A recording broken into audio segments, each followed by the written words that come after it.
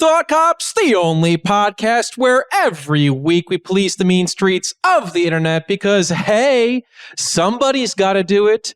And then we let you be the judge, the jury, and the executioner in the court of public opinion. Coming to you live from Neo Chicago, I am Officer Kevin. I'm Diet Coke Boy Grant. Diet Grant. That's my new OC character. OC, right? Original character, yeah. Originally, that's my new OC. Original creation. Diet Coke Boy. Wow. Kind of like that's his superpower. Kind of like Goat Boy from last week. Yeah. Yeah. Shit. We got the next Jim Brewer over here, folks. I can't wait. Yeah. Well, without further ado, let us welcome a returning champion to the show, because tonight we have none other than Shawn Chatfield back on the show with us. Hello. Welcome back, oh Shawn. My gosh. Thank you. Oh, it's so great to be here. Thank you. So I heard your Jim. I was saying, I heard your Jim Brewer bit earlier. Yeah, Goat Boy sucks. Totally. Goat Boy's the worst. You're not wrong. And he's that. Believe it or not, that may have been his the zenith of his career too. That may have been his peak. It's true. I mean, I think it is. I think he was in that one. He was in one movie, The Half Baked, right? That was okay. I guess never saw Half Baked. I forgot about that. I haven't seen it in like 20 years. Like, I'm pretty sure he was the Half Baked one. I'm not positive though. Yeah. I think you're right. Yeah. Weird that both him and Chappelle ended up being like weird cancel culture fellas, but I won't get too into that. Yeah. How about that? the half baked curse. I don't know. Jim Brewer, episode 6, the half baked prince. Is that anything? No, that's like nothing. Harry Potter. I know. No, I got it. It could. Listen, hear me out, okay? Let's see how it go. No. Okay, you're Goat Boy. Yeah, he's still Goat Boy in this, by the way. Shit. Anyway, I can't commit to this bit. I refuse. Okay. Well, good. Speaking of committing to bits, though, we have the anime protagonist of Mega 64 with us here tonight, Shawn Chatfield. Now, Shawn, I don't know how this keeps happening to you, because I know you're not really an anime fan, but you seem to find your way playing the roles of the main heroes of the animes that you guys spoof on. What's going on with that? I truly don't know. I don't know how this is happening to me. Much like an anime character, like the hero of the anime, a lot of times is like an unwitting, like just go along with it. So that's what Rocco keeps telling me. He's like, you should be this because you don't want to be it, and they don't want to be themselves either. And so that's why, I guess. But it's wild. Like this, anytime it's anime, I'm without question going to be the lead, and I never ask for it. Even with the Evangelion one, I think I said last time, like, I begged to not be Shinji. I was like, please don't let me be this. Like, I don't want to be this. Goku, whatever. Who cares? Like, that's just a dumb... Sure. Right. But Shinji really sucks. Goku's fine. He's fine. Yeah, Goku, he's all right. He's a father, much like yourself. Perhaps you could tap into that part of his character, But Shinji, maybe you guys were not so alike each other. I could see some problems there. Yeah, I hope we're not alike, because they're terrible. But you slip right back into the role with Goku, because you guys previously did the Frieza saga in 5 minutes, the Cell saga in 5 minutes, and then we all know what's coming next, the Buu saga in 5 minutes. That's right, Shawn, the Buu saga. Yeah, I know you were waiting for this one. I have to imagine. It's so funny because when we do these, it is fun making these in 5 minutes videos. It comes off that way, definitely. Oh, good. It's a great time. And me and Garrett are spending, Garrett, who's on the show all the time. We love Garrett. Yeah. Yeah. He says hello, by the way. But he was, there you go. But me and him are, making the costumes, making the props. He did most of the costumes this time. And it's a great time, and filming it is fine. Like, I don't mind being on camera, being the main guy so much. And honestly, like, I don't know. This is the best time that I've had doing one of these roles. I think this saga in particular is my favorite one to do, I think. Yeah, the Buu saga in Dragon Ball Z is a little bit more divisive than some of the others. I was honestly wondering if you guys were going to do it because I know it's like not quite as popular as like the Cell Saga or the Frieza Saga. Right. And but I'm glad you did because I had no idea you guys were doing this until I think Rocco posted a picture of like some candy on the floor and I'm like, could it be? And it certainly was. And it was a lot of fun watching Derek in the big pink fat suit. Kevin as Piccolo as usual. You were Goku again.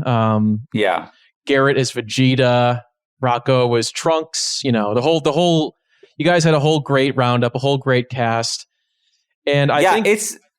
Go ahead. Sorry, go ahead. No, I was saying it's a cool. This is a kind of cool one because we don't really have that many recurring videos like this. We have a couple, like Todd and Aaron or whatever that we've done. In the past. But this is like such a big cast, and to have everyone come back as their same character is kind of fun. And I was gonna say, and speaking of Todd and Aaron, I mean that is like something that I look forward to every New Year's Eve. I'm like, I'm refreshing YouTube. Where's the new Todd and Aaron? It's become a tradition for like as long as you guys. We'll be at a New Year's Eve party, and Kevin will be on his phone, like, where is it? I don't. Yeah, guys, we'll be counting down. Pull up YouTube on TV. Yeah. Well, thank you. I gotta see it. But no, it must be fun to kind of return to these roles because I know the Cell Saga video was like 3-4 years ago. I want to say pre-pandemic, right?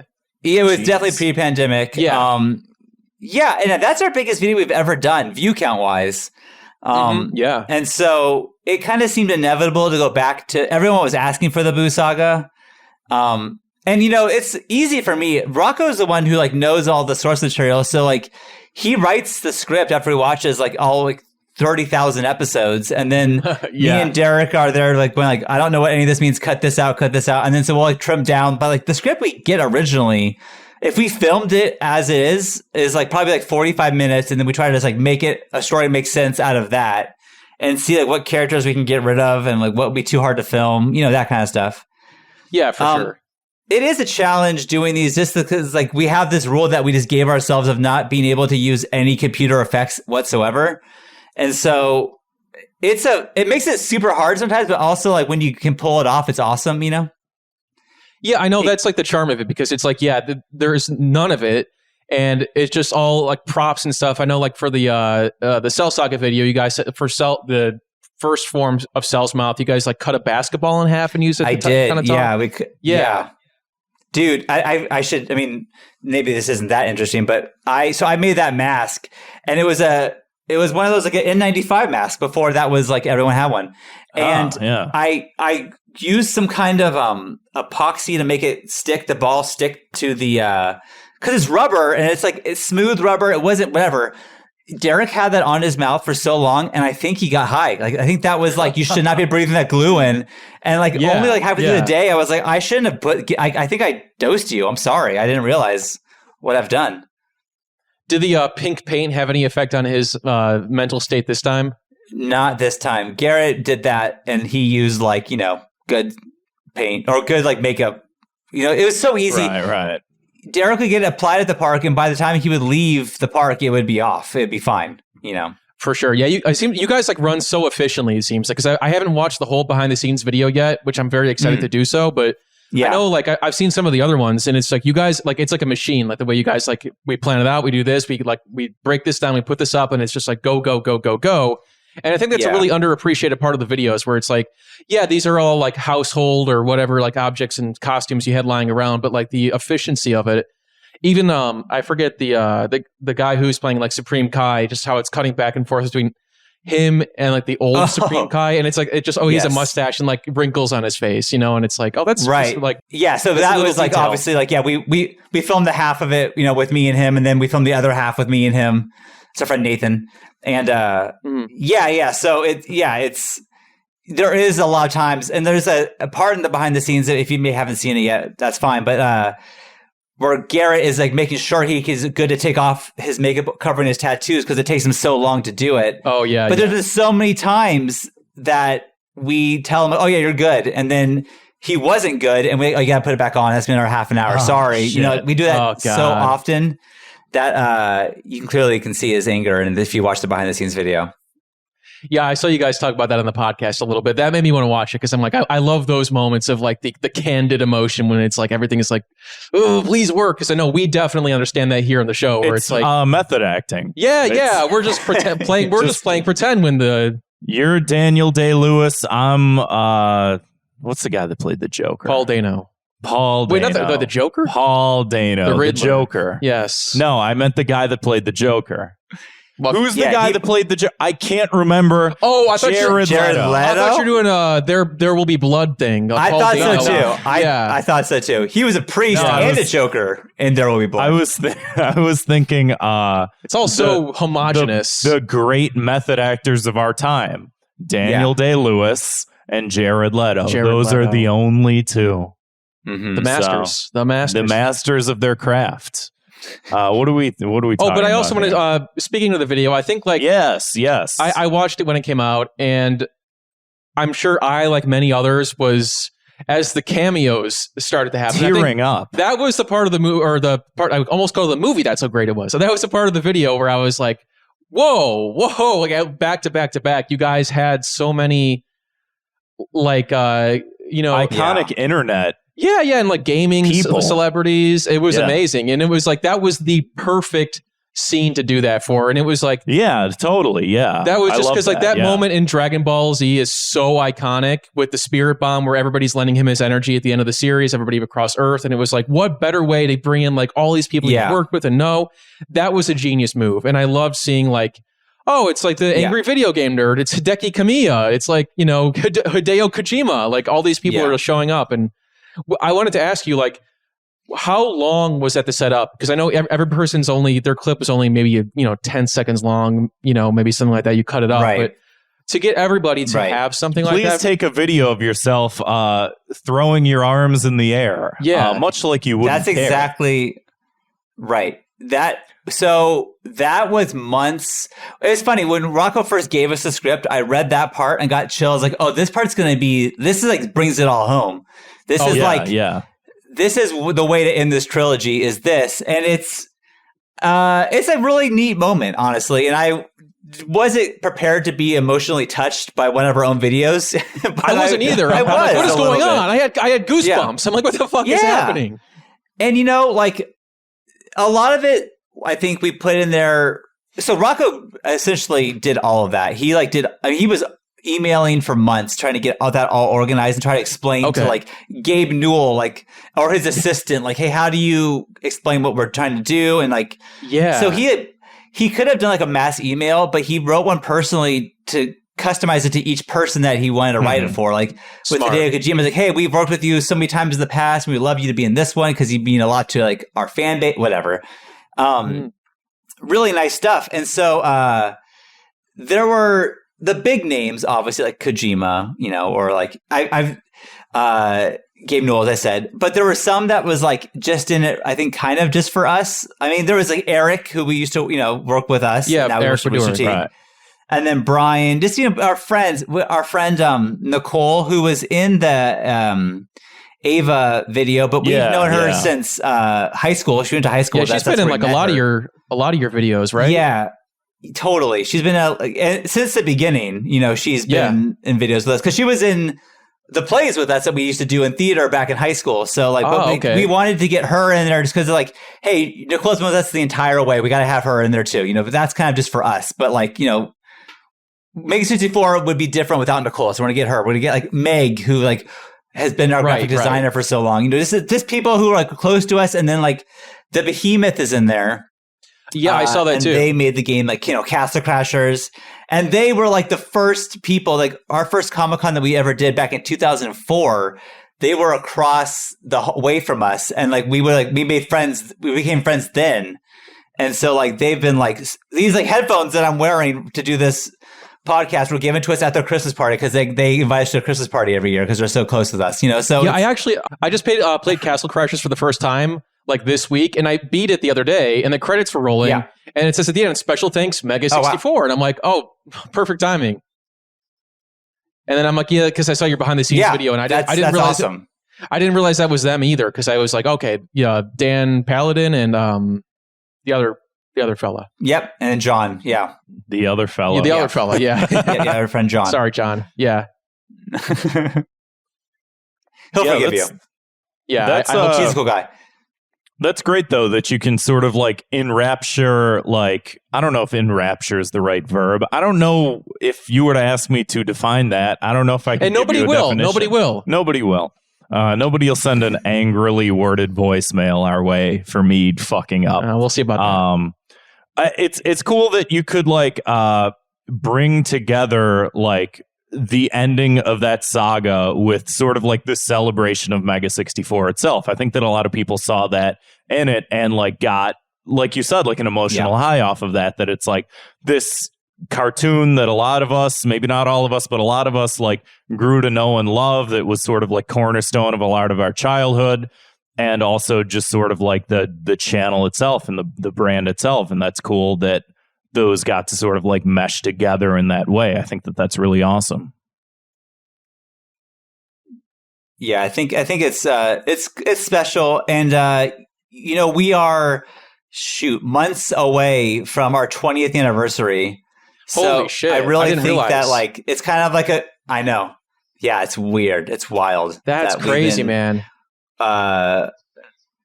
I know, it's nuts, and so like it's weird, but it was like a perfect timing, I think, for that to come out. Where it's like it's been 20 years of us doing this essentially, and these are all the people who helped us get there. And we became friends with along the way. Yeah, I mean, I think I found you guys in like 2004, 2005 on like IGN message boards or something on the internet. Like was posting your guys like QuickTime videos, and I'm like, okay, this seems interesting. So yeah, as a long-time viewer too, it's cool to just see like all these like people and places and all this stuff in the same video at the very end. And yeah, I mean, obviously this wraps up the Dragon Ball Z trilogy. You guys now you all have to do Dragon Ball GT. Nah. Oh man. No, I'm sure that's people have told us to go back and do the Saiyan saga. Is the Saiyan saga thing that we should do? I don't know. That would be awesome. That would be awesome. Would it? Yeah, because that's like a slightly shorter one. I think it would be. Mm-hmm. Or even maybe the original. I was told by Rocco that it'd be easier. Maybe. I could see that. I just think that it ended so well. This one ended it so good. It's like I hate to like bring it back. I'm like, it's okay. I don't know. Yeah, no, I get. Make sure it's good. Yeah. Well, it'll be like your. We'll see one day. It'll be like your Phantom Menace when you guys are, you've run through the trilogy and then you guys need to come back to it. You'd be like, how about a prequel? It's treated like a prequel. Yes, that's exactly right. I guess the prequel would be just Dragon Ball. I mean, hey, I'd be up for that too. I think a lot of us would. But yeah, obviously great video. I don't know what happens as long as. Oh, thank you. As long as Goku's not naked, I don't care what we do. Truly, next. That's the last thing I want to do is be naked again. So that's fine. Be a naked anime character. Yeah, that seems like that's completely out of your wheelhouse. Yeah, I don't want to be that, and I had to. I don't blame you, man. I don't blame you. But yeah, I'm very excited to see whatever you guys have coming next, anything like that. And I know because I know also you guys did the Metal Gear Solid in 5 minutes as well. So hey, I would love to see more of those personally. So time will tell. Metal Gear 2, is what you're saying, or I'm just floating that out in the ether. If there's ever a Metal Gear Solid 2 in 5 minutes, I'll click on it. I'll watch it for sure. But let's move on to a little bit of show news of our own. Thank you. We have recorded our most recent episode of our spin-off show, Fire Bros. Finally. We're so sorry it took so long. Took forever. Patreon.com/ThoughtCops. That's going to be up. Should be up by the time this episode's up. So if you just $2 a month, if you subscribe to us, you can listen to us talk about the Simpsons movie, Everything Everywhere All at Once, and Sonic the Hedgehog 2 with our special guests Sleep Science, aka Josh, and friend of the show Nico. It's a lot of fun. We had a lot of good times talking about those three movies. Revisiting the Simpsons movie was a little treat for us. Shawn, you've seen the Simpsons movie, right? I see you got a Bart Simpson painting behind you. Oh, yeah, there he is. Oh, yeah. Yeah, my daughter has drawn me all these Simpson nice characters in her art class. So I have like Lisa, I got Homer, I got Bart. Yeah. I've seen it. You see Bart's penis. So that's a good movie. You know, the most memorable thing from that movie for everybody is like, yeah, you see Bart's dick. What movie can you see a penis of a child? Hopefully that's it. I hope that's the end of it, but I don't know. I don't know, and I won't be Googling it. Yeah. So. Weird move. Yeah. You know what? Definitely. I remember seeing that being funny like, gag. Why? Hilarious gag. But I just can't believe that made it through. Also, really, it was a bold choice. I keep saying very bold. They had to do it because that's the logical conclusion. And it was funny, and it worked. Yeah. As far as that goes, it worked. We'll review. You know what? Everyone who sees it is shocked. Yeah. Oh my goodness. It was just a weird conversation I watched it with my kids, and my younger girls are 9 and 7, and I'd be like, hey, just so you know, this movie, you do see Bart's penis. I'm sorry. It was weird. Well, don't have a cow, man. As he said a long time ago. Not even to say that. But yeah, we also, if you're listening to this episode, you can watch it. A little late for that, I guess, but you can subscribe to us over at youtube.com/thoughtcops. We're putting up all the video episodes on our channel, as well as highlight moments and exclusive moments from years of the show. So check that out. We've got a lot of good stuff for you there. And we are on TikTok. We got a TikTok. It's at ThoughtCops. We're uploading videos multiple times a day. And they're little bite-sized chunks from the show, little highlights from all of our... Just to reach the Gen Z audience. Yeah, we know a lot of these Gen Zers, they don't want to sit around through a YouTube video that's longer than 8 minutes. So we made a TikTok for you. They're only a minute long, maybe a few seconds more, a few seconds less. Don't be scared. It's not very long at all. Check it out. Give us a follow because we're putting up all kinds of fun stuff on there. Well, let's move right along to a very famous, very favorite segment of the show called 2 Minutes of Hate, where we like to blanket punish all that annoying random crap that we see on our phone screens and our computer screens every single day of the week. My 2 minutes of hate this week is horny politician emails. Now, you may be confused if you've never donated $27 to Bernie Sanders one time several years ago. Yeah. And then get emails multiple times a week with something like, Kevin, we need to talk. I want you. I need you. Dude, I will get those messages and I will get like, Grant, we need to talk. And I'll be like, what did I do? I'm a 30-year-old man. Who's talking down to me like I'm a child? What's happening? They're very pandering, but also like kind of sexual sometimes. You know, there's like this little like, it just like, it's only us now. We have to do this. I need to talk to you about this. Yeah, it's about time. And it rubs me the wrong way, and it's just like I swear to God, I know I've unsubscribed from these emails. I know I have. I still keep getting them. It's like the only emails that can find a way past the filter, where it's just like, yeah, I'm gonna see if I can even find anything right now. They run the fucking government, Kevin. They run the government. You know what? You'll never get rid of those emails. You're stuck with them now. Yeah, forever. They always need to talk to you. My most recent one is just the subject line just says, not good. This is not a time for tinkering around. Stop fucking around. No more tinkering. Yeah. At some point, they're just like, I'm just going to get a notification just says like, fuck you from Bernie Sanders. Like, what's going on, Hell man? Yeah. And obviously, it's not just Bernie Sanders. He just happens to be like the one politician I've donated to. But I'm sure it's like, I used to get some from like Occupy Democrats and all these other ones that would come through being like, this is an emergency! And this is an emergency. We need $27. Yeah, it's like, I have no reason. I'm aware it's an emergency. I'm living during a fucking global pandemic. Do something about it. Don't tell me. Depeche Mode 7 in the chat says, Beto texts me like 3 times a week now. Oh, the text messages. Those are bad. Yeah. I mean, God. I saw a Beto, one of my neighbors here in Chicago had a Beto O'Rourke sign in their front yard up here. Wow. I'm like, how is it making its way all the way up here, you know? Maybe they're from Texas. Damn. I don't know. But what? Are they advertising to you? You can't vote I have no for idea. him. It's vote Beto. It's like, I don't think I can. Maybe. Yeah. I don't know. I'm moving to Texas to vote for Beto. Yeah. Because of that sign over there. Yeah, exactly. Hey, they need all the help they can get, I guess. But yeah, I'm pretty sure I probably get the text messages too. It's just completely white noise. It's either like the text messages, it's either from like politicians or like the dispensary I've been to 3 times.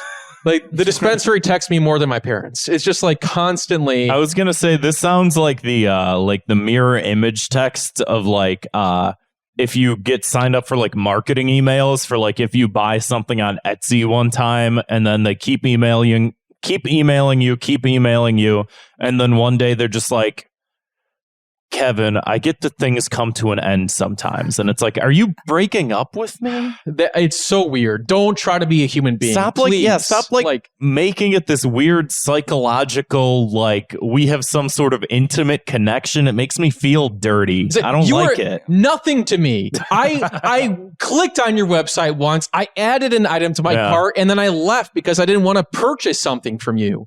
We're nothing. We were never a couple. We're nothing. Let it go. Yeah, for real. I have to let it go too. I mean, it's clearly I got a lot of. I'm carrying a lot of stress. Up with no, they're bothering you. Bernie Sanders.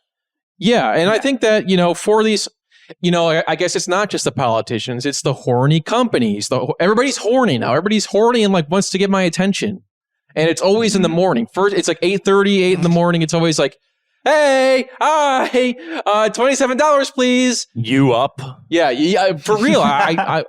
I swear to God, I might have got one like that one time too. Like, you up? Just says like this, and the body's just like $27. $27? It's always 27. I don't know. Is that just the number? $27 is going to fix all the world's problems. If everyone just gave $27 to climate change, it'd be done. No problems. And it's like, I already did that. Email the people who didn't do that. Anyway. Is that your punishment? No. Email the people that didn't do that? My punishment is these people got to get laid. Somebody go fuck Bernie. Like, that guy's really. That's, I guess, his wife's job. I hope she's doing it because he is in my inbox thirsty as fuck. And you know what? I'm a taken man, Bernie. I can't be fooling around with you like that. Sorry, Mr. Sanders. Yeah. Sorry. Hey, I'm sorry. Listen, I am sorry it didn't work out with the whole presidential race. Trust me, I'm sorry, but I already gave you the $27, man. But Shawn, what is your 2 minutes of hate? What would you like to get off your chest? Okay, my 2 minutes of hate. I don't know if you guys are aware of a phenomenon called YouTube families. This is a curse that's brought onto by YouTube of people who film their families in every aspect and then they upload it. And so it's like, oh, we went to the doctor today. I'm going to film my kid going to the doctor. Uh-oh, they're crying to get a shot. And it is a thing that my girls have somehow started watching. I don't know how we got here, but these people are fucking garbage. And they have that's so 18 weird. million subscribers. And I don't know who watches this shit, but it's like, okay, kids, today what we're going to do is we're going to play a don't get out of the pool challenge. And if you get out of the pool, you don't get $1,000. Whoever stays the longest gets $1,000 and whatever. And so their kids are in the pool and like, it's cold. And they're trying to stay in the pool to get $1,000. And the mom's like, okay, and I'm going to tempt you with some food because you haven't eaten all day. So there's food outside. If you get outside, you can have some food. It's fucking gnarly. That is a nightmare.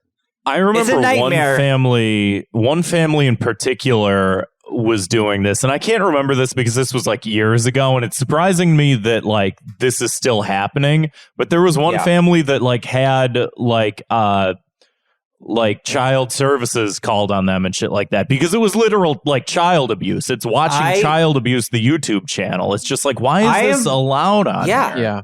And like the thumbnail is always like, uh-oh, Harper threw up. And it's like this kid crying holding a bowl.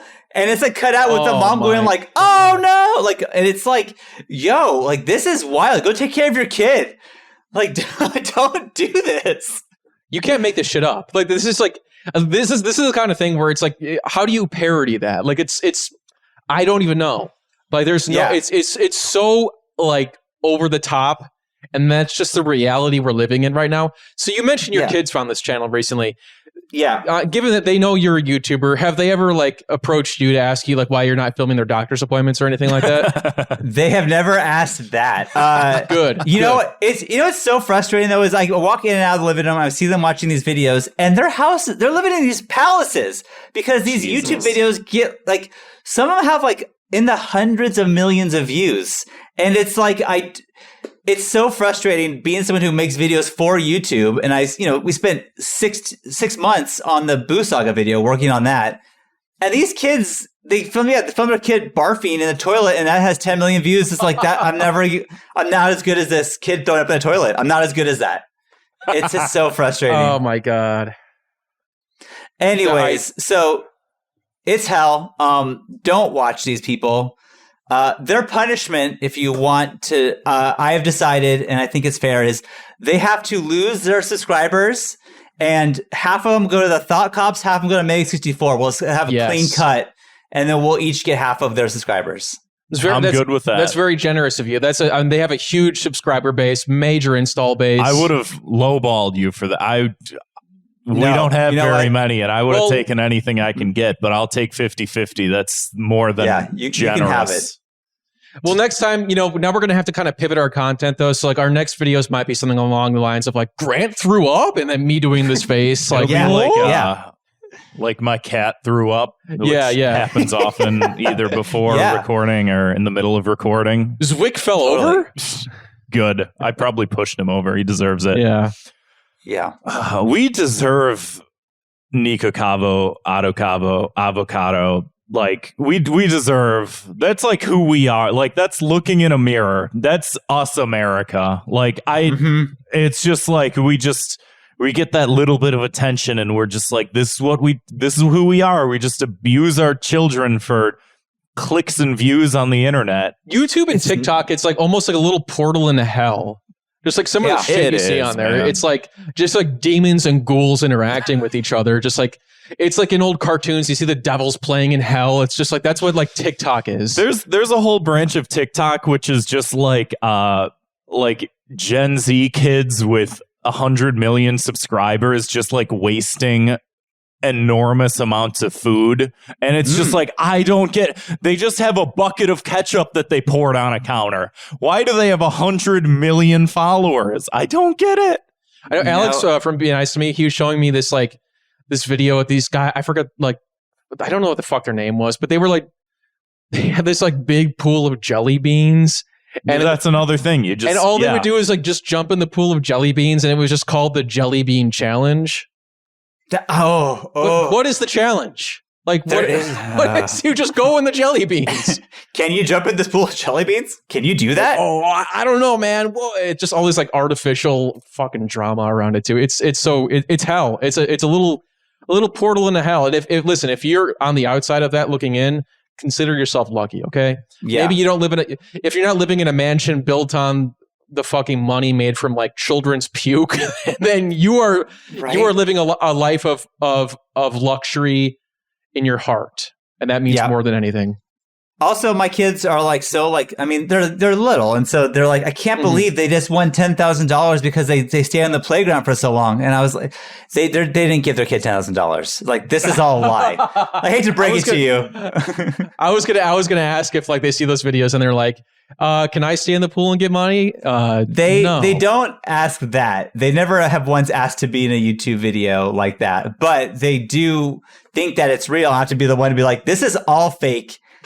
Like, there's one of the things they watch is a thing called the Ninja Kids. This kid is now like 18, and like he's like doing the things like, oh hey guys, how's it going? And it's like, this kid is miserable. He doesn't want to be doing this, and like, he gets made fun of at school. Like, yeah, he has a nice car, I'm sure, but like, this is not a cool look. If the skater kids down the street don't think this kid's cool, there's no way. No.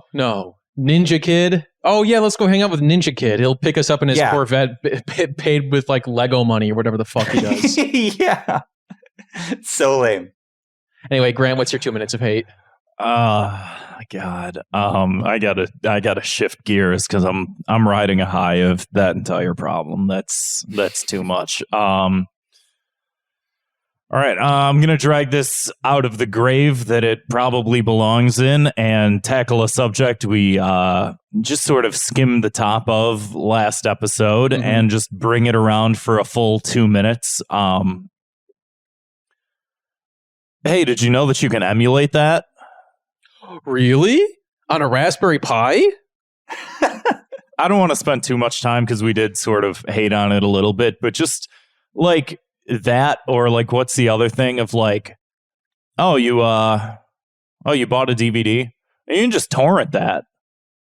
I know I can torrent that. It's existed since I've been alive. I know that the Pirate Bay exists. I know that these things exist.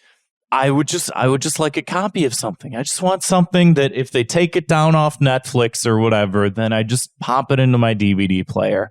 I only have 5 Blu-rays. Some of my favorite movies. I just want a couple. I just want whatever. I want Blade Runner 2049 on a Blu-ray so that anytime I want to watch it, I can just pop it in. Yeah, but you can just save that on a external hard drive. You can just download all those movies. You can download any movie you want. Yeah. Yeah. Yes. What? Yeah. Yeah. That is like, and it's like, it's just such a 15-year-old mentality. And like, I'm not saying like that's all evil or totally wrong or bad, but it's also like, if you're buying it, you're probably doing it with the purchase. Same for like games. It's like, I don't know, like you said, some people want to have a physical copy of something. Some people I love want physical copies of things. Yeah, they just want to have, even if it's a digital copy, it's like, I'm not quite as big on those in the same way, but it's nice, I don't know, just to know something's going to work. And sometimes you're paying the money just to have that assurance. Sure. I know that not every corporation is super ethical. They're all, super rich. I get that. I get the argument. But at the same time, it's like, there's also the argument of like, I know this is not a foolproof argument, but like, how does this stuff get made if it's not being sold, Sure. Like, yeah, obviously like a lot of stuff, that's not the only money they make off of it, but it's like, when you're buying a movie ticket or a movie or whatever, that, that's the box office, the profits they make. And I'll be honest, I'm fine with that for most things. Like I do adhere to the idea that like, I am a big advocate of like piracy if you haven't seen anything before, and once you've seen it, if you would like to spend money on it, like go ahead. And that's been a big thing with like how many streaming services there are, and they take things down, they put things up, and it's just like, if you can't find something, if it's real hard to find something, like just steal it. It doesn't matter. Do whatever you want. But like if you like something and you value something and you want like physical copies of it, I say as I have like a fucking bookshelf behind me, and like all of these authors are dead. The money's not going to them, but I want a copy of fucking 1984 so that when someone says something on the internet about 1984, I can push my glasses up and be a fucking pretentious asshole about it. I just want that. And I feel like the biggest one, like you mentioned, is like, and for like video games too, that's the biggest one. Is like anytime there's like, a lot of times they'll release like a collection of older games, Yeah. Like I know. So this was what we were talking they about had like, last week. A Mega Man Battle Network collection, and people were like, "Oh, that's so fucking awesome, cool! I can finally play it on Switch." And people are like, "Because you can't." Oh, you could download it, right? It's like, yeah, I know, but I want to just. Because I want it in my hand. I don't want to sit and open my laptop and like load up a stupid fucking like .exe file that's going to give me a virus. I just want it to be in my Switch, in my hand. I want to play it on an airplane. You know what I mean? Yeah. Like, this is why I have these things, is to do that when I want to, not to like lug a laptop around with me everywhere. I also wonder if this is like maybe like a generational thing a little bit, because I feel like a lot of like younger people are much more, a lot of their content is like all consumed through like streaming services and stuff like that. I know maybe they don't torrent as much. I'm honestly not really sure, but it's just interesting because, obviously, people who are older have more of an attachment to physical media because that's what we all grew up with. And obviously there's still physical media being put out, but there's just something about like owning an official version of something. And it's like, maybe there's an argument that like NFT people might make for that. Well, like, see, they are good. And it's like, no, this has a sentimental value to it. And it's an actual working piece of art. And, right. It's a game or whatever. And I do feel like there just is this sort of like difference of like owning something that's physical or owning like the official thing where it's just like, I can have this in my hand. I can have this. I can look at it. I can open it. It's cool. Mm-hmm. I don't need it, but it's a cool thing to have. Yeah, he's got a Run the Jewels vinyl over here for those listening. It's just cool. It's big. It's nice. It smells good. I've been collecting vinyl since I was in high school, so a long time. And I also paid for Apple Music. I know I can listen to these things another way, but I don't want to listen. Sometimes I want to put a record on. That's what I want to do. Right. Also, tell these people who said to you, do you know you can buy this thing? Tell them that. Because why? That's a good punishment, actually. You can buy it. Yeah.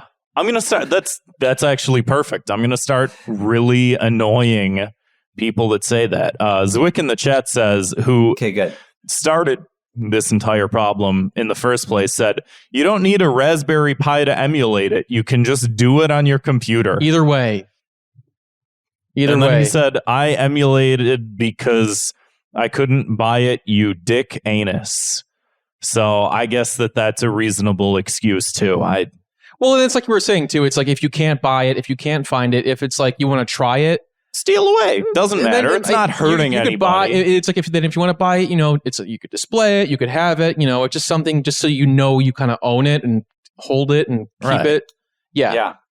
There is a time I was trying to watch the movie American Movie, that documentary. Have you seen that? I've heard of it. It's about a guy making I recommend it highly, actually. It's about a dude in the 90s making a movie called Coven. And it's like the whole thing is like a behind the scenes documentary, but it's a train wreck and it's awesome to watch.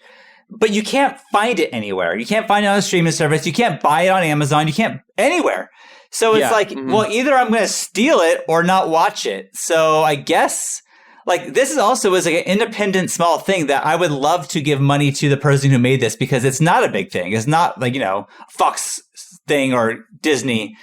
But it's like, I have no option. And I guarantee you, if I find that DVD at a store, I'm going to buy it. But until the meantime, I want to watch it now. I guess I'll find a way to do that. Yeah. All these streaming services are just ripping people off anyway. Like, I'm sorry, that's the whole thing with like Spotify versus buying a CD. And it's like, at least with a CD, 1 cent of that 99 cents goes to like the person that wrote the song. But like with streaming, it's like a fraction of a penny, and it's just like I don't think that's doing any good either. Like, I'll be completely honest, it's all just going up top. It's just all the upward funnel that is global capitalism. And with that, I think we can get to the next portion of the show.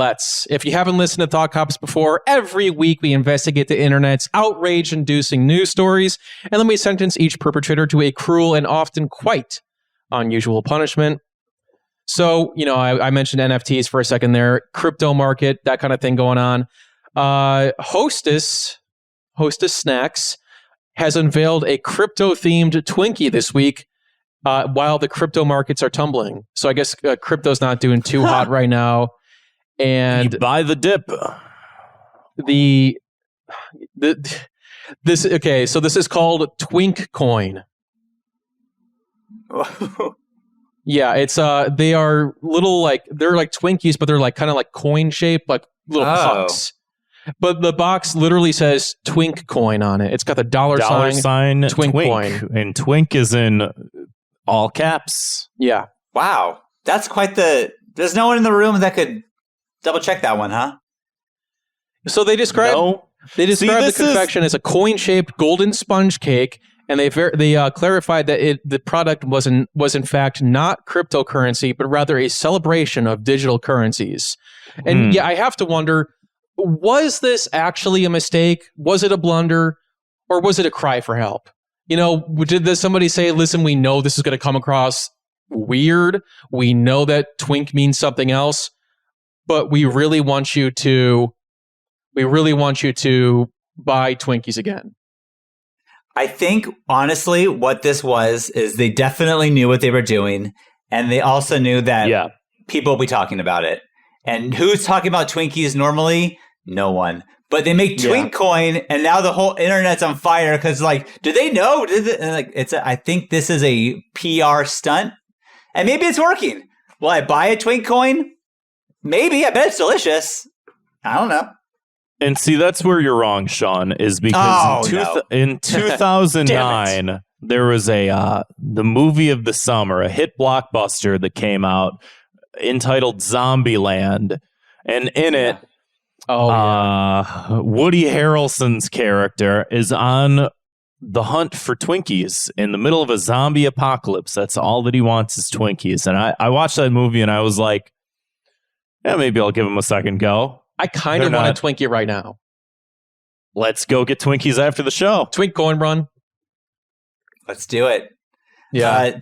Twinkies, I'm on board. I like them. I'll be real. Yeah. I'm mad at Twinkies. They're not bad.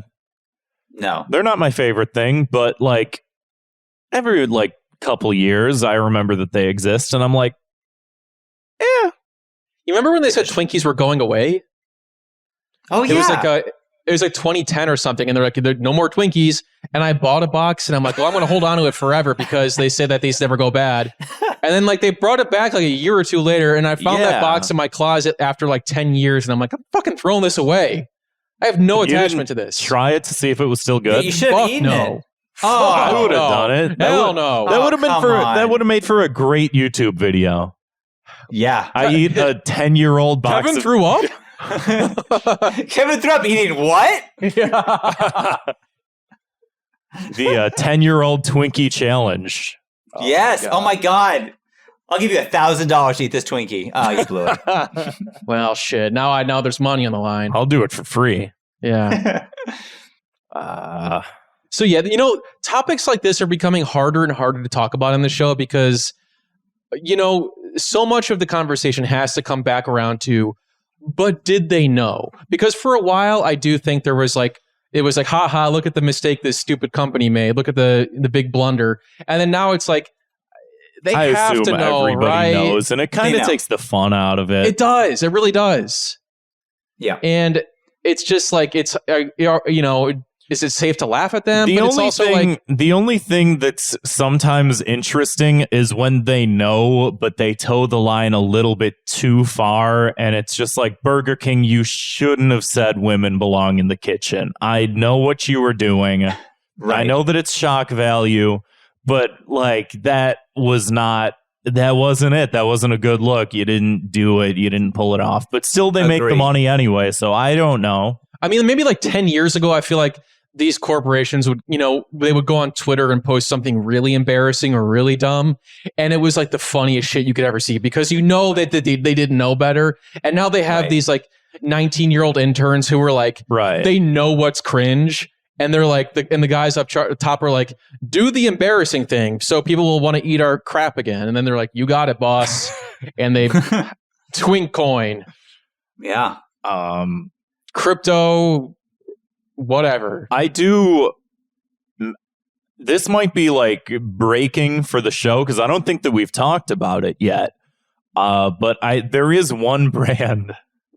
There is one brand that's been going rogue. Sort of doing sort of what we're talking about, but going way too far with it. But sort of just continuing to go way too far with Steakums? It. No, Radio Shack. Have y'all seen Radio Shack's Twitter? No. Dude, what are they doing? It's wild. There's 3 Radio Shacks left in the country, but the Radio Shack official Twitter account is just insane. They're just telling people fuck you and what literally. I'm not kidding. It's not that big of an exaggeration. It's probably an exaggeration, but it's they're just going balls to the wall, just fuck it, we're Radio Shack. Yeah. It doesn't matter. What are you going to close us? We have nothing to lose. We have nothing to lose. Exactly. Yeah. I just saw the first reply I could pull up on their Twitter. They were asking somebody for a foursome. They said, can we sell limited edition Radio Shack cum burgers together? Replying to Mr. Beast. And this is their like check marked, like verified account. Yeah. But I feel like someone bought this company and then they just gave the Twitter handle to their kid and said, I don't care, do whatever you want with it.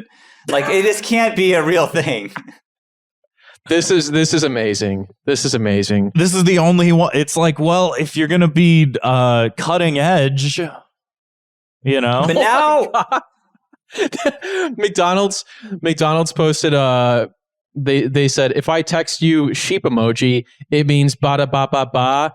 And then Radio Shack just responds, McDonald's is a fucking sheep. That's what it means. And it's like they got the verified symbol and everything next to it. This is my key to the seed of this episode. I'm giving it out early. It's going to Radio Shack. All right. And now you're going to follow them, right? Like, they figured it out. I'm going to do it. Fuck it. I don't care. I don't even know where a Radio Shack exists in the city limits, but probably nowhere. I used to know where one was. I'm going to go Google Maps and see. I'm just going to type in Radio Shack. There used to be one on Madison Avenue, like around Madison and Wells, maybe, or something. I don't think that it's there anymore. There's one. Oh, never mind. It's closed. Yeah, that might have been the one. No, let me see. Because, Radio Shack, man. Radio Shack by you, Sean? I've just looked. They are all permanently closed. This is a list of things that are permanently closed. So nothing around me. Nothing. Grant, the nearest one to us is in Niles, Michigan. We going to go? Niles, Michigan. Yeah, it's an hour and a half away. Go and beat the ass of the guy that keeps tweeting me the F word. Did you say fuck you to me? How dare you? Yeah. Anyway, I feel a little bad for not shopping there. I think I might have gone to Radio Shack like once.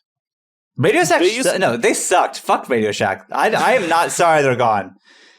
They were like a punchline for a long time, weren't they? Like back in the 90s. I feel like they were kind of like, you know how like Simpsons would take jabs at like Arby's? Yeah. I feel like Radio Shack was like the Arby's of the electronics world. Just like, Radio Shack. Who goes there? Okay, I found the closest one to me. It is in Tijuana. So that's the closest one. Is it worth it to cross the border to go to Radio Shack? I'll do it. It says it's 18 miles away. It's not too far from me. I can go. That's not bad. if you need a lightning cable, you know where to get one. And that's the only place I can get them is Radio Shack.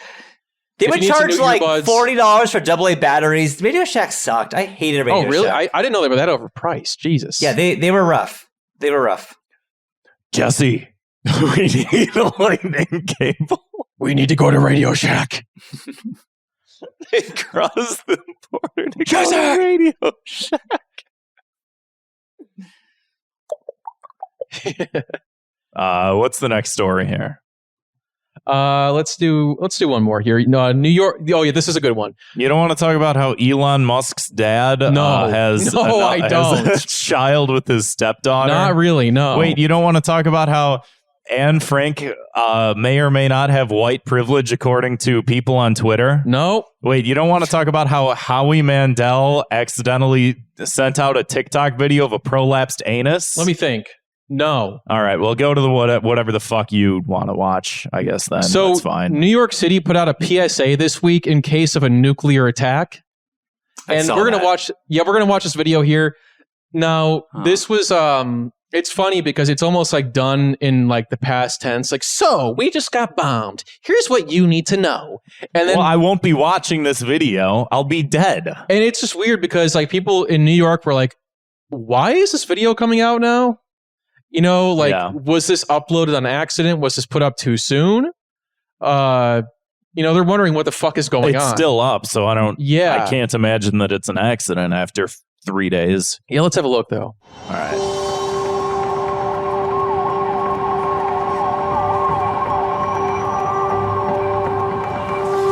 So there's been a nuclear attack.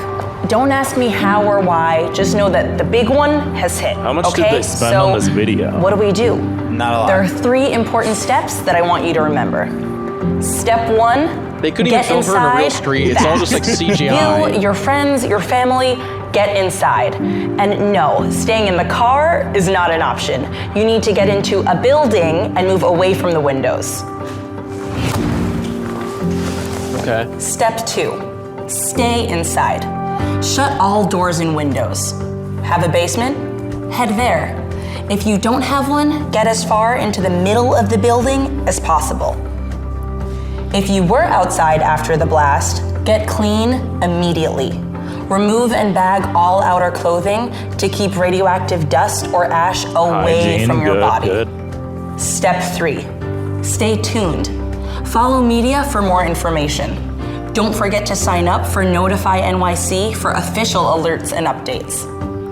And don't go outside until officials say it's safe. All right? You've got this. Well, I don't know.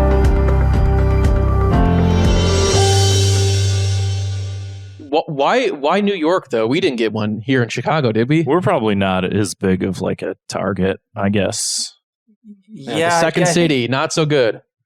New York is I guess, a target, but does that make you feel better at all? I feel terrible watching that. Yeah, it's very like condescending, a little bit. I didn't like her tone. Yeah. Well, it's just like it's all because it comes across as like if you're in that situation, you're watching this like lady walk around this pristine like CGI digital neighborhood, and it's like that's all that's going to be left after they blow us all up is the metaverse. And she's got her turtleneck on, and she's like, "Stay inside, don't leave, pay attention to the media." And then you're looking around, everything's just like rubble, and like there's a third eye growing out of your shoulder. Like, it's like if you're in line to vote, stay in line. Mm-hmm. If you're inside during the middle of a nuclear attack, stay inside. They can't make you go out. Yeah, so obviously concerning. I guess they're just doing it because it's like, you know what? We didn't have one of these videos, and on the off chance this does happen, and hopefully this isn't another thing Thought Cops predict, but on the off chance this does happen, at least we have a video we can show you people the next time this or what to do when this happens. So it's so grim. Ahead. It's just so grim and terrible, and Okay, the bomb just went off, guys. There was a video. Let's pull it up real quick and see what we should be doing. Like, no one's going to be looking at this video if they need the video. Yeah. Wait, take off all your clothes real quick and put it in a bag. Like, we're all dead. You're all dead. And it's also like, why not upload a video for like just in case aliens attack? It's like this is the same hypothetical basically, where it's like, I mean, we don't have one of those, so we might as well put that up too.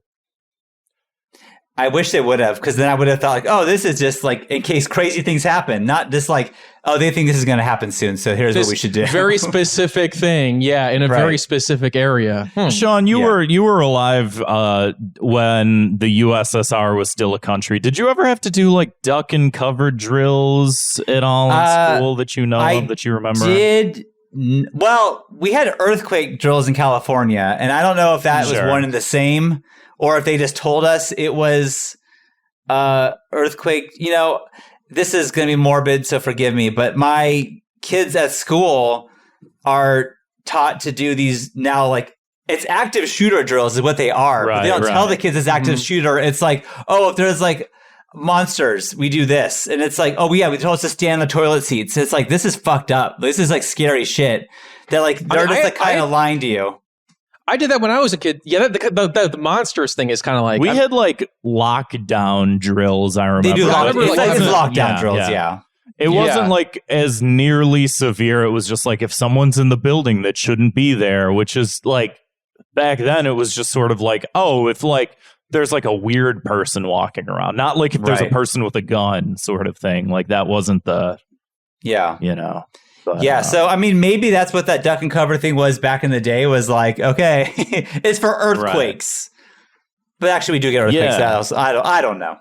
That's fair, because I specifically, like, my parents have this story, and this is like a lot of like, I think especially like older generation, like past gen.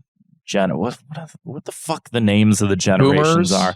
No, like boomer Gen X? era, like not like past Gen X, just Silent a little generation bit. No, that's too far back. But like, the greatest generation. Yeah, the greatest generation. The boomers, basically. Anything that's older than me is a boomer. The boomers, for instance, like this is a thing that my parents would bring up, and especially when they would talk about like, you know, the conceptualization of like communism or socialism entering the United States as they go.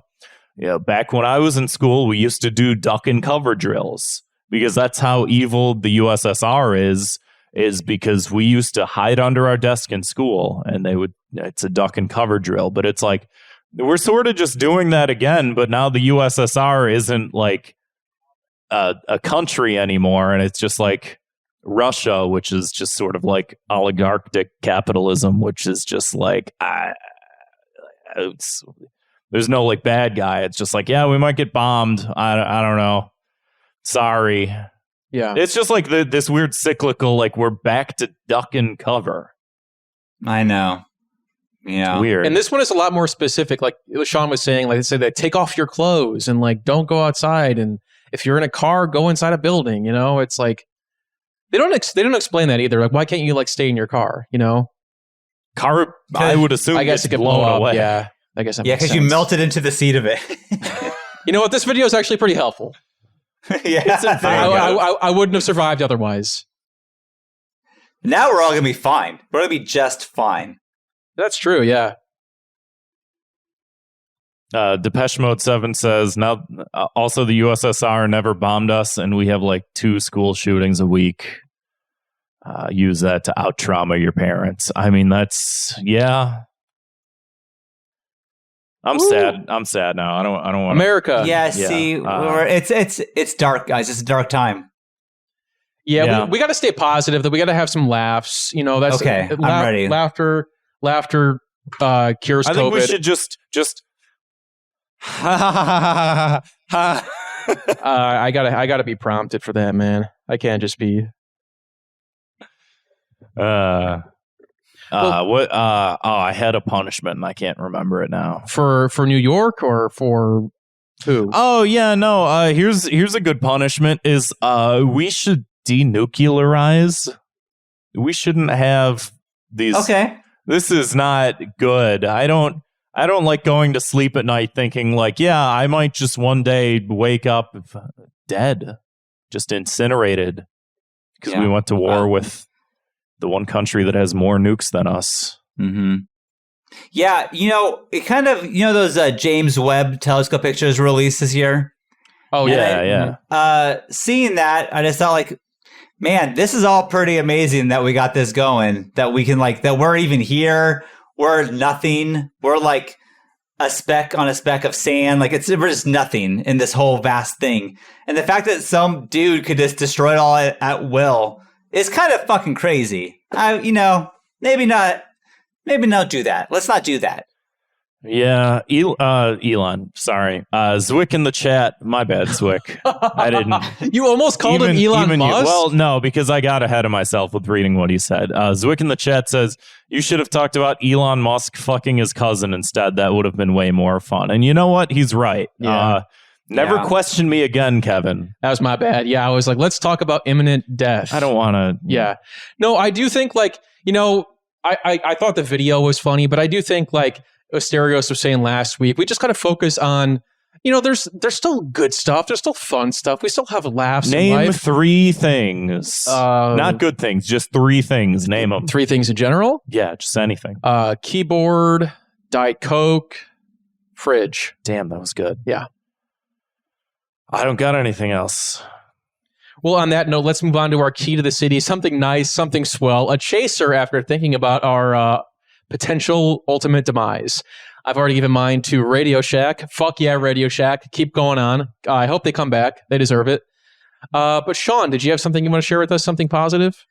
I do. This is not internet related, so I hope that's all right. But yeah, of course. This absolutely. Group of people gets a bad rap, and I think it's unfair.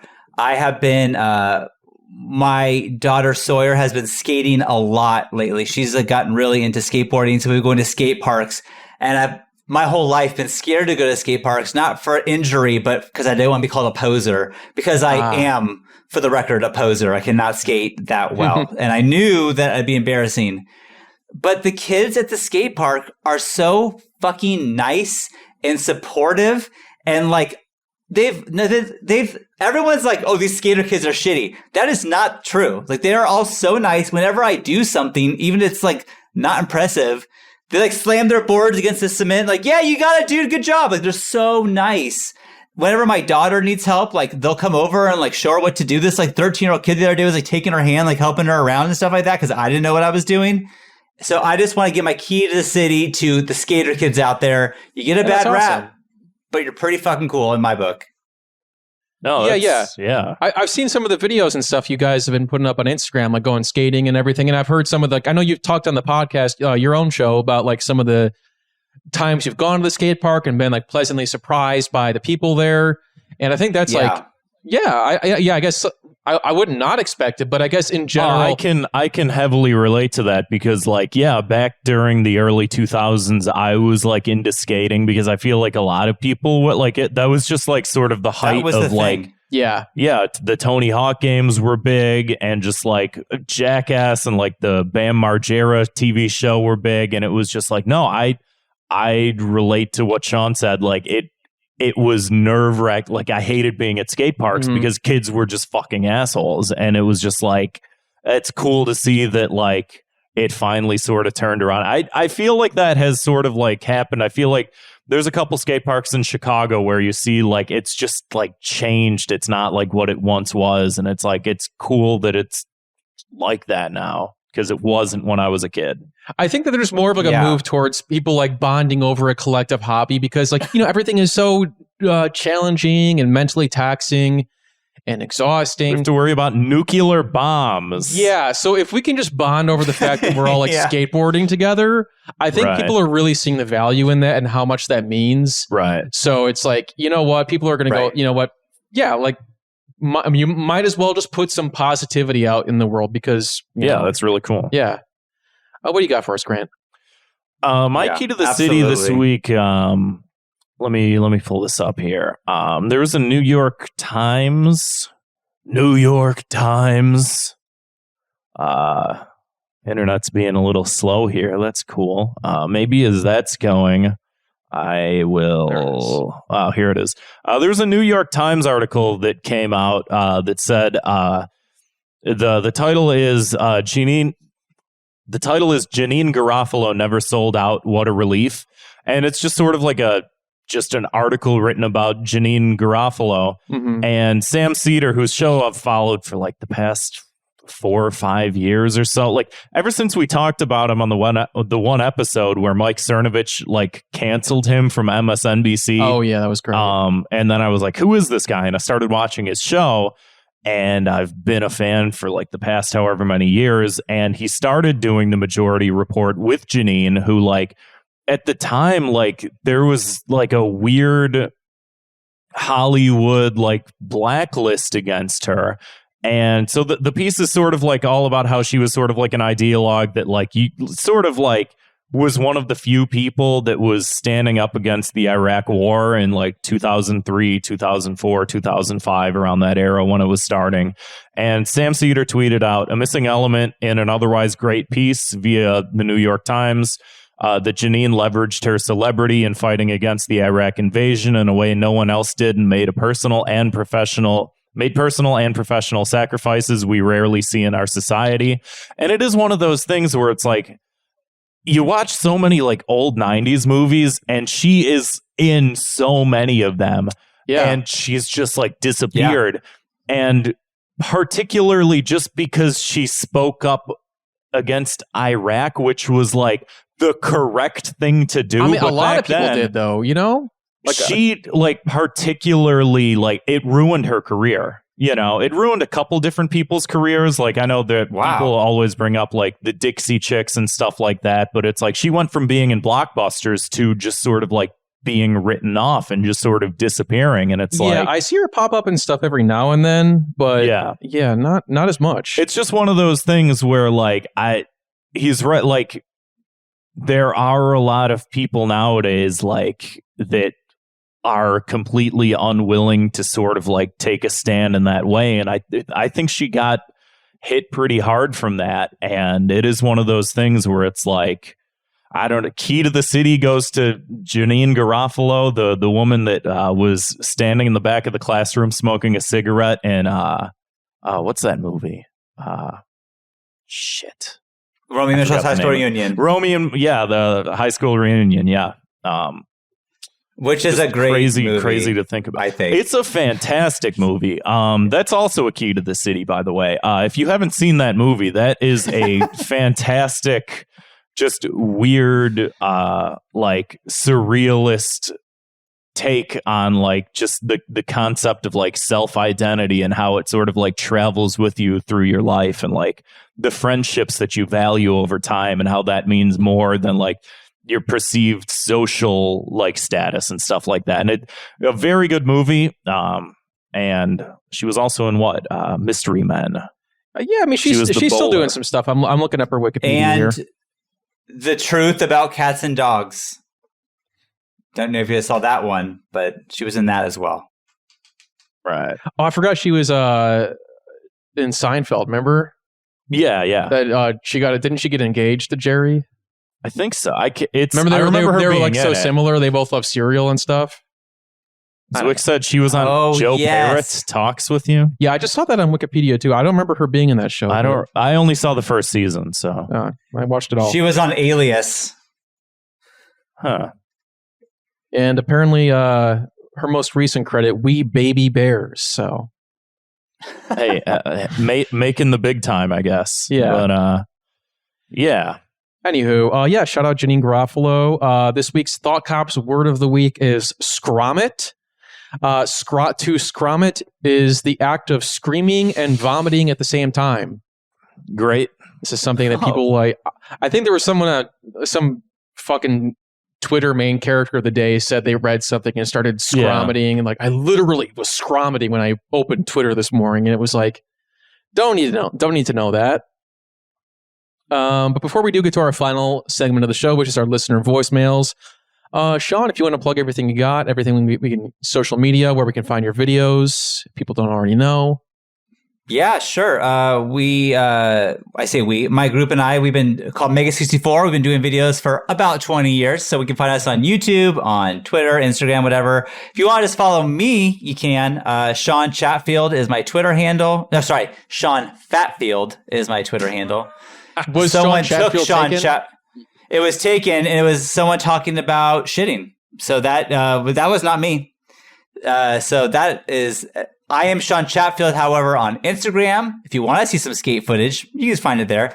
And then I'd rarely post to my personal YouTube channel, but I recommend going back and seeing some of the old videos from back in the day. They're pretty funny still. It's called Yosemite Land, if you want to check that out as well.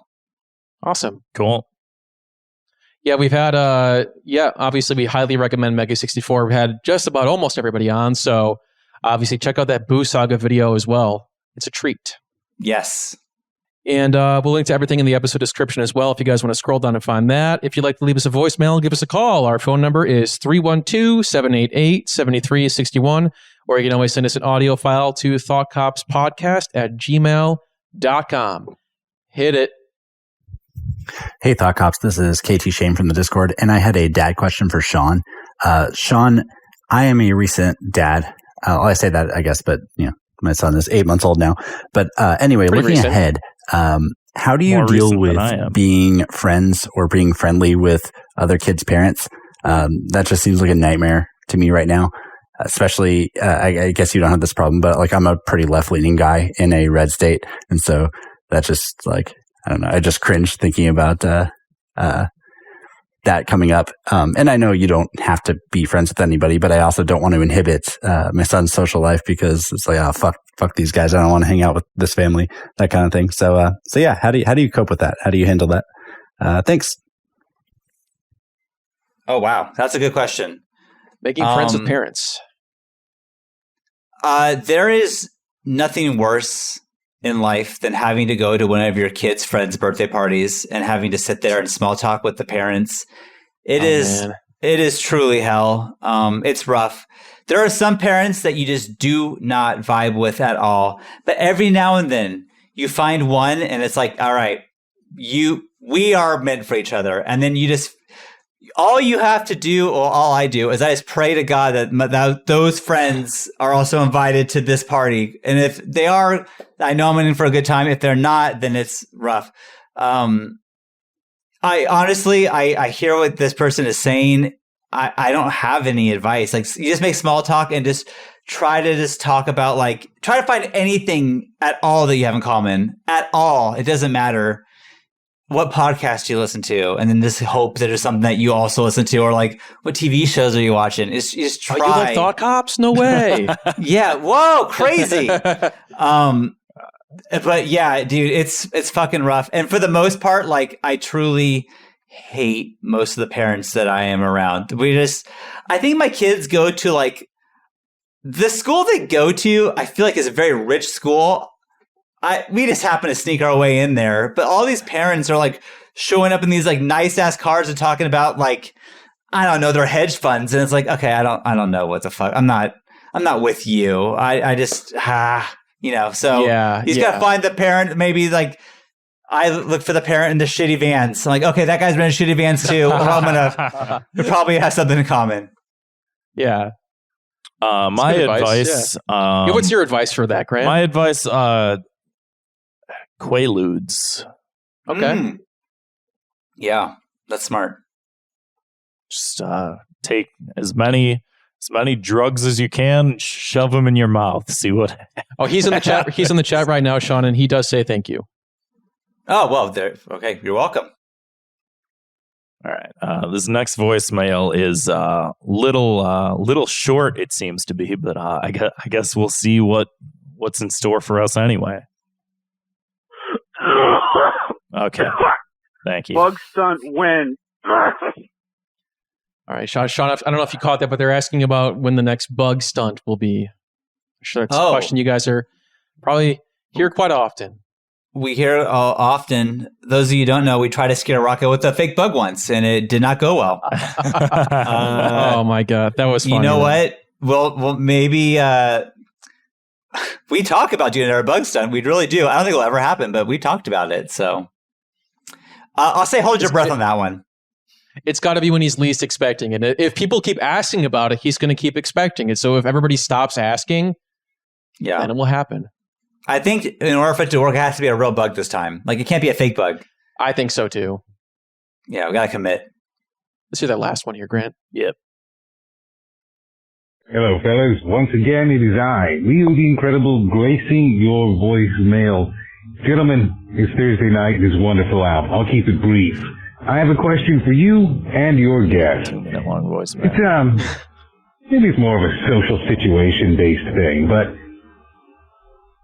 when you guys watch the Marvel movies, right? It was cool in the beginning. Everyone watched Avengers. Everyone watched through that. Now we're in Phase 4, and my children are bothering me to watch this. WandaVision, The Falcon, whatever other garbage has come out. And I tell them, of course I'll watch it on my own time. I have no intention of doing that. Is that where you guys are at with things? It used to be cool years ago. Now it's like, I'll get to it. In reality, though, we all know we won't. I don't know if it's a crime. It was just a thought. Anyways, gentlemen, have a great night. So what exactly was the issue? He said that, like, we're not, like, it's about the Marvel stuff specifically, or just is there things we used to watch? I think specifically about the Marvel stuff, but maybe if we can't relate to that, if there's other things that we can draw inspiration from. Yeah, I mean, I don't keep up with it anymore. I did for a while. I wasn't like one of those like hardcore fans or anything like that, but I thought it was interesting what they were doing, all the different stuff that ties into each other. Now it's a little too much. You got the TV shows, you got the movies, you got all these, fucking homework. It's homework. You got homework to do. And I don't keep up with that. I would say if somebody asked me to watch it, I would just say no thank you. I wouldn't lie about it and say that I'll get to it on my own time. Then you got to keep up the lie. Like, weirdly formal thing to say to your own children. Right? Yeah, I'll watch that at my own free time. Thank you for alerting Dad, me. Can we watch the Marvel movies? Yeah, sure. I'll check them out. Yeah. Oh yeah, check it out, man. Thank you. Sounds awesome. Yeah. Maybe it sounded like they wanted to watch it with him. That's what I was like. Yeah, I'll check it out. Sounds good. Sean, have you gotten to them on your own time yet? No, I've always, I think, annoyingly openly against the Marvel movies, and I think people are now kind of on my side a little bit. But after I saw Iron Man 1 in theaters, I was into it. Iron Man 2, and I'm like, I'm done. And then I stood by that, and they made 30,000 more, and I'm like, I was done. I'm done. So I've seen a couple here and there, and they're whatever, they're fine. But yeah, I've when people like, Infinity War, I'm like, yeah, I've never seen that. I don't know. I have no idea what that is. Like I just, it's not for me. Yeah, I'm like in the same boat. I haven't seen most of them. I saw Iron Man 1. I've seen the Spider-Mans. I saw Black Panther. Sure, yeah. The big ones. Yeah, not even the big ones. The medium big ones. Like, I don't know.